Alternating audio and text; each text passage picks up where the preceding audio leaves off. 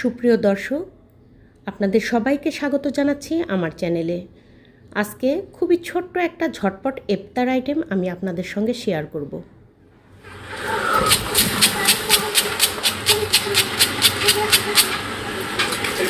কতটা মুচমুচে আর পারফেক্ট হয়েছে আজকে তৈরি করে দেখাবো ডিমের কোফতা। আর এজন্য আমি এখানে ডিম গুলে নিয়েছি, কাঁচামরিচ পেঁয়াজ সব কিছু যেভাবে আমরা সাধারণত ডিম ভেজে থাকি ওই রকমই দিয়ে ধনেপাতা কুচি দিয়েছি। আর ডিমটা এরকম করে ভুজিয়া তৈরি করে নিচ্ছি, একদম ঝুড়ি ঝুড়ি করে ভাজা ভাজা করে নামিয়ে নিয়েছি। তো এতটা পরিমাণ লাগবে না, এখান থেকে অর্ধেকটা হলেই হবে। এখানে আমি বেসন গুলিয়ে নিচ্ছি, 1 কাপ বেসন নিয়েছি। তার সঙ্গে দিয়ে দিচ্ছি স্বাদ মতো একটুখানি লবণ, দিয়ে দিচ্ছি একটুখানি আদা রসুন জিরা বাটা 1/2 চা চামচের মতো।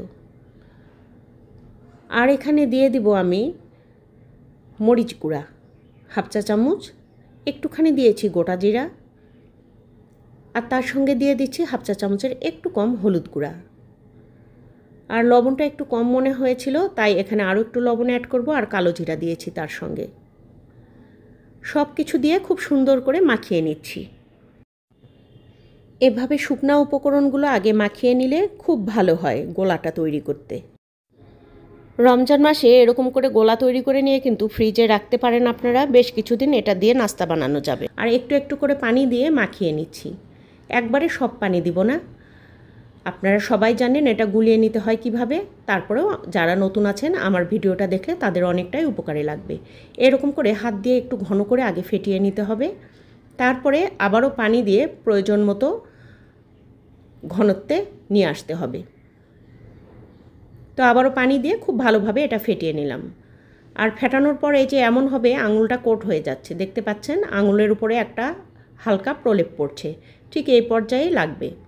আর এখানে আমি আলু ভর্তা করে নিয়েছি, নর্মাল আলু ভর্তা যেভাবে আমরা বাসায় খাই আর কি ভাতের সঙ্গে। তো ওই রকম করেই ঝাল লবণ মরিচ সব কিছু পেঁয়াজ কুচি দিয়ে আমি আলু ভর্তা করে নিয়েছি।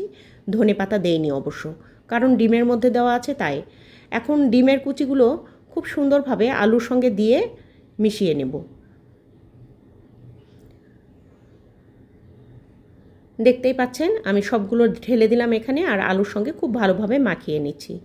প্রত্যেকটা বাইটে খুব সুন্দরভাবে এটা মুখের মধ্যে পড়বে আর খেতে খুবই ভালো লাগবে। তো ডিমটা এরকম করে ভেজে অবশ্যই আপনারা একবার রান্না করে খেয়ে দেখবেন, এটা খেতে কিন্তু খুবই ভালো লাগে। আমরা সাধারণত আস্ত ডিম সেদ্ধ করে মাঝখান থেকে কেটে কেটে দিয়ে ডিমের চপ তৈরি করি। তো এইভাবে ডিমের কোফতা একবার তৈরি করে খেয়ে দেখবেন, এটা আসলে একটু টেস্টি বেশি।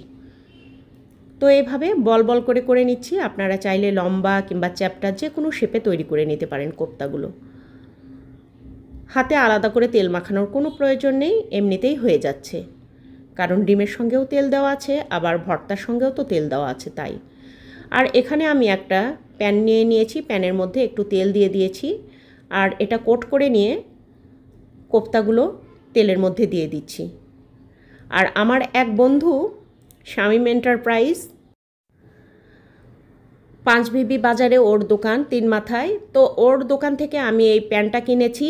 তো আমাকে বারবার রিকোয়েস্ট করেছে, ভিডিওতেও অনেক সময় কমেন্ট করে যে আমার দোকানের কথা একটু বলবেন। আজকে বলছি যে আপনাদের কারো যদি এরকম প্যান প্রয়োজন হয় আপনার শামীম এন্টারপ্রাইজ থেকে নিতে পারেন।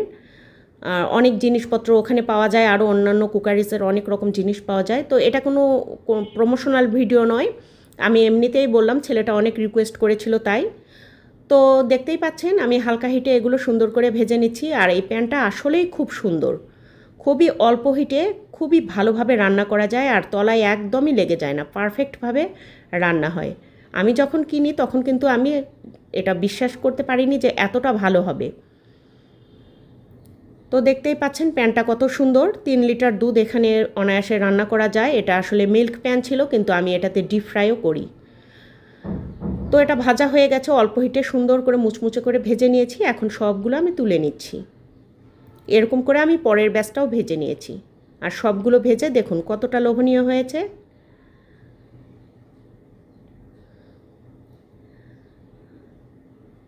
চাইলে কিন্তু এরকম করে রমজান মাসে তৈরি করে আপনারা ইফতারের ডিশটা সাজিয়ে নিতে পারেন। খেতে খুবই টেস্টি আর খুবই ইউনিক একটা রেসিপি।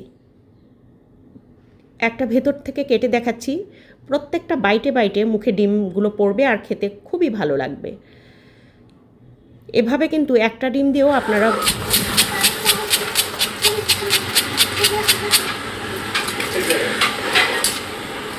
সবাই মিলে তৈরি করে নিয়ে খেতে পারেন। আওয়াজটা শুনেই নিশ্চয়ই বুঝতে পারছেন কতটা মুচমুচে হয়েছে আর পারফেক্ট হয়েছে, আর ভেতর থেকে অত্যন্ত জুসি। তো বন্ধুরা, এই ছিল আমার আজকের রেসিপি ভালো লাগলে লাইক কমেন্ট শেয়ার দিয়ে চ্যানেলের সঙ্গে থাকতে ভুলবেন না নিত্য নতুন রেসিপি পাওয়ার জন্য। সবাই ভালো থাকবেন, সুস্থ থাকবেন, বিদায় নিচ্ছি। আল্লাহ হাফেজ।